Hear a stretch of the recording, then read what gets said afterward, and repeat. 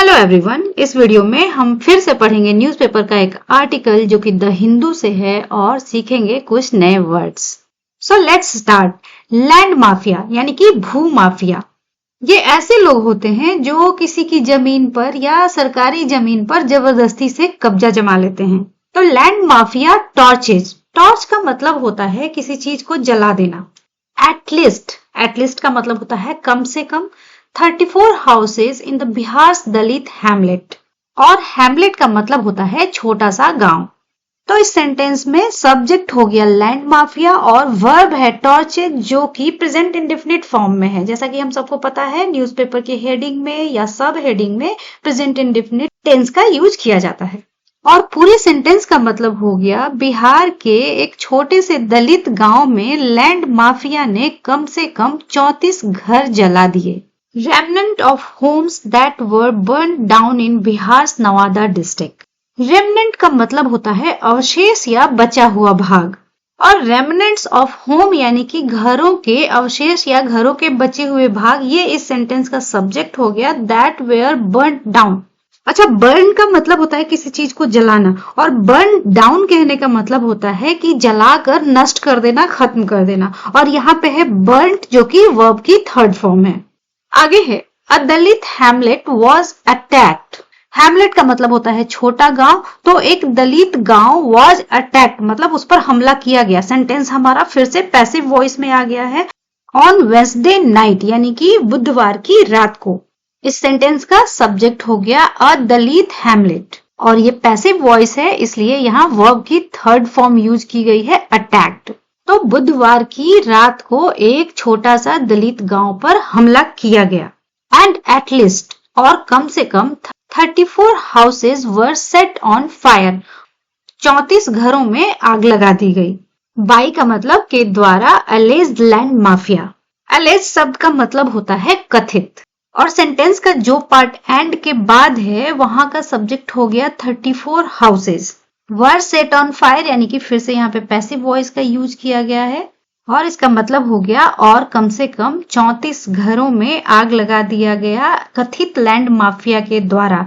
Eight Krishna Nagar village यानी कि Krishna Nagar village में अंडर जो कि मुफस्सिल पुलिस स्टेशन में आता है बिहार के नवादा डिस्ट्रिक्ट में। आगे है विलेजर्स यानी कि गांव वाले said that the land mafia. अब यहाँ पे ये जो टेंस है ये पास्ट इंडेफिनिट का है। विलेजर्स सेड, विलेजर्स ने कहा, क्या कहा कि द लैंड माफिया जो भू माफिया है हु नंबर्ड। अब यहाँ पे जो हु आया है वो लैंड माफिया के लिए आया है। हु नंबर्ड इन डजन्स जो कि दर्जनों की संख्या में थे। एलिजेडली यानी कि कथित रूप से, फायर्ड यानी कि गोलियां चलाई, और सेवरल राउंड्स यानी कि कई राउंड्स गोलियां चलाई। अब यहाँ पे सेंटेंस के फर्स्ट पार्ट में जहां पे था villagers said that the land mafia, वहां पे सब्जेक्ट हो गए विलेजर्स, और फिर जो ये सारी बातें हैं वो नंबर्ड इन द डजन्स, ये तो लैंड माफिया के बारे में हो गई। तो सेंटेंस के इस पार्ट के लिए सब्जेक्ट हो गया लैंड माफिया और फायर्ड यानी कि उनने गोलियां चलाई, ये फिर से वर्ब का सेकंड फॉर्म है। आगे है देयर इज पैनिक। पैनिक का मतलब होता है आतंक या घबराहट। अमंग द पीपल यानी कि लोगों के बीच में। लिविंग इन द विलेज यानी कि लोगों के बारे में बताया गया कि जो लोग गांव में रह रहे हैं उनके बीच घबराहट है।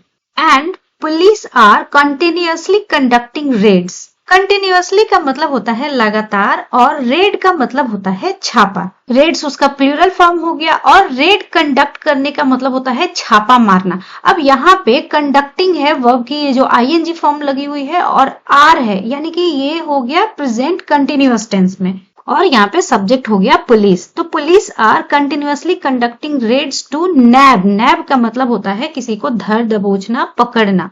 कल्प्रिट्स का मतलब होता है मुजरिम। तो पुलिस लगातार छापे मार रही है मुजरिमों को पकड़ने के लिए। आगे है सो फार। सो फार का मतलब होता है अभी तक। 15 पीपल हैव बीन अरेस्टेड। यहाँ पे है हैव बीन यानी कि ये हो गया पैसिव वॉइस, और ये अरेस्टेड होगा वर्ब की थर्ड फॉर्म में, और इसका मतलब हो गया कि अभी तक 15 लोग गिरफ्तार कर लिए गए हैं बाय द पुलिस यानी कि पुलिस के द्वारा, और यहाँ पे सब्जेक्ट हो गया 15 people. Including the main accused Nandu Paswan. Including का मतलब होता है को मिलाकर, यानी कि जो मुख्य आरोपी था नंदू पासवान उसको मिलाकर अब तक 15 लोग गिरफ्तार कर लिए गए हैं पुलिस के द्वारा। आगे है ऑन थर्सडे, यानी कि थर्सडे के दिन the Nawada police issued a press statement. Issue का मतलब होता है जारी करना और यहाँ पे है इशूड, और इसके साथ कोई हेल्पिंग वर्ब नहीं है तो ये हो गया पास्ट इंडेफिनिट। तो और यहाँ पे सब्जेक्ट हो गया पुलिस।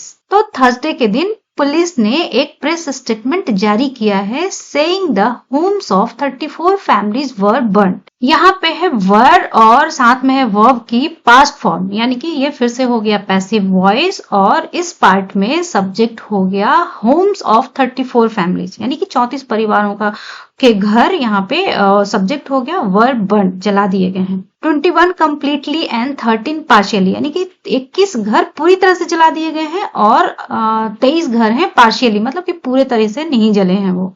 बाय मिसक्रिएंट्स, मिसक्रिएंट का मतलब होता है बदमाश और यहाँ पे प्लूरल फॉर्म है, तो बदमाशों के द्वारा ये काम किया गया है। And there was no report of any casualty. Casualty का मतलब होता है ऐसे सिचुएशन जब कोई व्यक्ति बहुत बुरे तरीके से घायल हो जाए या मर ही जाए किसी घटना में, तो उसे कैजुअलिटी कहते हैं। तो मतलब हो गया कि किसी भी कैजुअलिटी की रिपोर्ट नहीं है, यानी कि किसी के मृत्यु होने की या सीरियस रूप से घायल होने की रिपोर्ट नहीं है। आगे है मोस्ट ऑफ द पीपल, यानी कि ज्यादातर लोग living in this village hello from the Manjhi community. Hello का मतलब होता है कहीं से संबंधित होना, कहीं से बिलोंग करना। तो इस गांव में रहने वाले ज्यादातर लोग मांझी कम्युनिटी से आते हैं। तो इस वीडियो में इतना ही और इसी तरह से नए वर्ड्स सीखने के लिए मिलते हैं नेक्स्ट वीडियो में।